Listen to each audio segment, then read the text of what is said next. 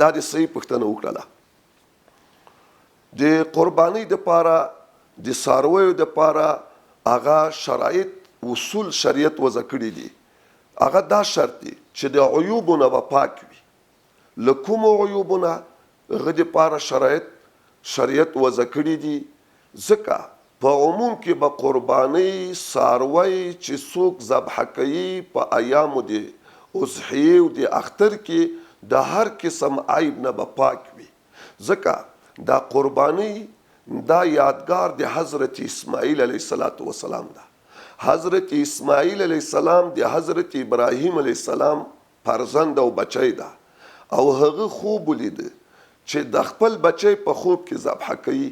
الله سبحانه وتعالی دا ورته خوب د انبیاو دا وحی وي، دا وحی شوله. نو اسماعیل علیه السلام ته ویلي انی ارا فی المنام انی اذبحک، بچی زه تا وینم په چې تا ذبحه کوم په خوب کې. نو هغه ورته وایي ففعل یا ابتی، زر دا کار وکړه، دا کار د الله حکم ده، دا زر وکړه او زه په دې کار کې زه انشاءالله صابر او شاکر یم. نو خو به هر حال اسماعیل علیه السلام چې د الله پیغمبر او د پیغمبر زوی او د لوی حکم د خدای ته آماده سو، له هر قسم عیب نه پاک، د هر قسم نقصان نه پاک، ظاهری نقصان، باطنی نقصان، له دې ټولو عیوبو نه پاک. نو بناء قربانی کول دا یادګار د حضرت اسماعیل علیه السلام ده.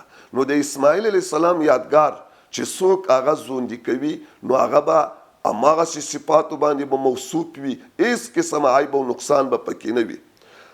د هغو عیبونو چې له هغه نه باید حیوان هغه کې موجود نه وي او هغه ذبحه سي، هغه دا ده ګوډوالی به پکې نه وي.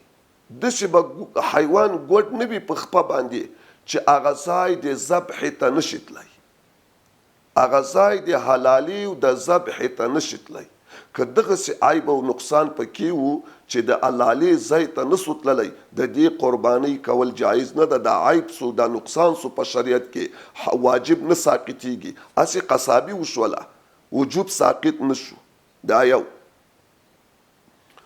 او بحر رایق 201 او جلد 8 کې بحر رایق لیکلی دي چې شرط دا ده چې دی به پاک وي له ګوډوالي نه او داسې عیب او ګوډوالی چې هغه ځای د ذبحې ته نشي تللی.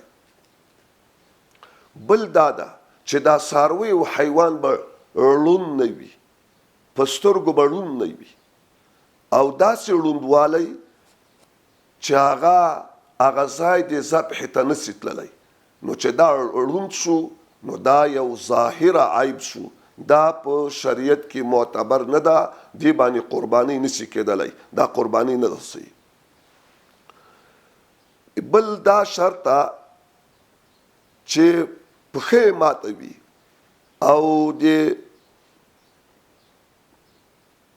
هډوکی دومره ضعیف سوی وي چې په هغه باندې سړی سورېدلی نشي، یا هډوکی دومره خوار سوی وي چې مغز پکې وچ سوی وي، په دې باندې هم قرباني نشي کېدلی.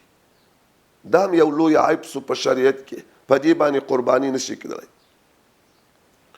چې پښه ماته وي یا د خواروالي له وجې نه هډوکو نه یې ماغزه ښکاري یا مغز پکې وچ سوی وي یا ضعیف سوی وي، په دې باندې هم قرباني نشي کېدلی. حدیث پاک کې راځي، رسول پاک صلی الله علیه وسلم فرمایلی دي 4 لا تجوز فی الاضاحی العوراء بین عورها والمریضه بین مرضها والعرجاء بین ضلعها والکثیره التي لا تنقى. امام ابو داود حدیث نقل کړی، وی قربانی نه ده جایز په هغه حیواناتو چې عوره وي، ړوندوالی پکې ښکاره ړوندوالی وي، ښکاره او ظاهر. مریض داسې مریض چې ښکاره مرض پکې وي او ګوډوالی داسې ګوډوالی پکې وي چې ښکاره وي او ډنګروالی داسې ډنګروالی چې ښکاره هډوکي ښکاري او هډوکي مغز وچ او ضعیف وي، د ډېر ذوب نه تلی نسي. دغه حیواناتو څارویو باندې قرباني کول جایز نه ده. په هغه څاروي باندې قرباني نه کیږي چې غوږونه یې قطع وي، چې غوږونه یې قطع وي په دې پریکل سوي وي او یا یې لکۍ قطع سوي وي او یا یې دا لم چې موږ تاسو ورته لم وایو او لم کټ سوی وي، په دې څاروي باندې قرباني نسی کېدلی.